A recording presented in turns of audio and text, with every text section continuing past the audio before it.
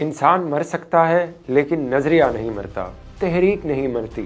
ہم چاہیں مر بھی جائیں لیکن اب بنگلہ دیش کی نوجوان نسل کبھی بھارتی بالادستی کو قبول نہیں کرے گی۔ یہ تاریخی الفاظ تھے بنگلہ دیش کے مقبول طالب علم رہنما عثمان ہادی شہید کے، اور آج یہ ان کی نماز جنازہ کے مناظر ہیں، جہاں لاکھوں افراد دلی دلی نہیں بلکہ ڈھاکہ ڈھاکہ کے نعروں سے اعلان کر رہے ہیں کہ عثمان ہادی کا کہا ہوا سچ ثابت ہو رہا ہے۔ دلی نہ ڈھاکہ، دلی نہ ڈھاکہ، غلامی نہ آزادی، ক্ষমতা نہ جنتا۔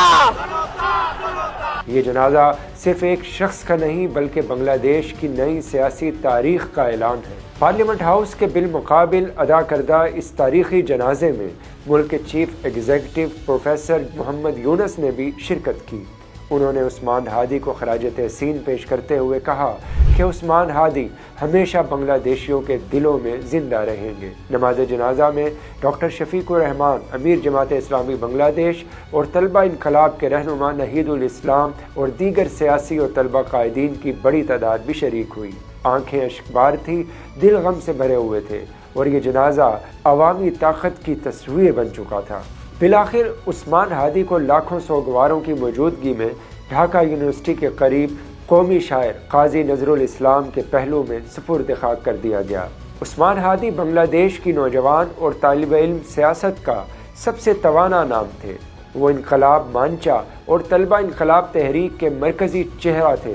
2024 کی طلبہ تحریک کے بعد وہ سڑک، کیمپس اور عوامی جلسوں میں مزاحمتی سیاست کی علامت بن گئے تھے۔ ان کی تقاریر، نعرے اور بیانیاں خاص طور پر نوجوان نسل میں غیر معمولی مقبولیت حاصل کر چکا تھا۔ طلبہ انقلاب میں عثمان ہادی کا کردار محض علامتی نہیں، وہ تنظیم، احتجاج، اسٹریٹ موبلائزیشن اور نظریاتی سمت چاروں محاذوں پر متحرک تھے۔ ریاستی جبر، سیاسی سٹیٹس کو اور بیرونی بالادستی کے خلاف وہ کھل کر بولتے تھے، اور یہی بات انہیں تحریک کا چہرہ بنا گئی۔ عثمان ہادی نے دارالحکومت کے حساس اور اہم حلقے ڈھاکہ 8 سے آزاد امیدوار کے طور پر الیکشن مہم شروع کی۔ یہ انتخابی مہم روایتی سیاست سے مختلف تھی۔ نعرے، نوجوان، سوشل میڈیا اور اسٹریٹ پاور اس کا مرکز تھے۔ یہی مرحلہ ان کی سیاست کا فیصلہ کن موڑ بن گیا۔ عثمان ہادی بھارت کے سخت ناقدین میں شمار ہوتے تھے۔ ان کا موقف واضح تھا کہ بنگلہ دیش کسی بھی شکل میں بھارتی سیاسی، عسکری یا نظریاتی بالادستی کو قبول نہیں کرے گا۔ یہی وہ بیانیہ ہے جس نے انہیں نوجوانوں کا ہیرو اور طاقتور حلقوں کے لیے خطرہ بنا دیا۔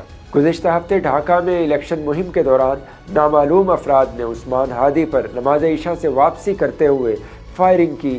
گولی سر میں لگی، حالت نازک ہوئی تو انہیں علاج کے لیے سنگاپور منتقل کیا گیا، لیکن وہ جاں بر نہ ہو سکے اور 18 دسمبر کو شہادت پا گئے۔ عثمان ہادی کی شہادت کے بعد پورا بنگلہ دیش احتجاج کی لپیٹ میں آ گیا۔ ڈھاکہ، شاہ باغ اور دیگر شہروں میں مظاہرے پرتشدد ہو گئے۔ توڑ پھوڑ اور جھڑپوں کے واقعات سامنے آئے۔ لکشمی پور میں ایک بچے کی ہلاکت بھی ہوئی۔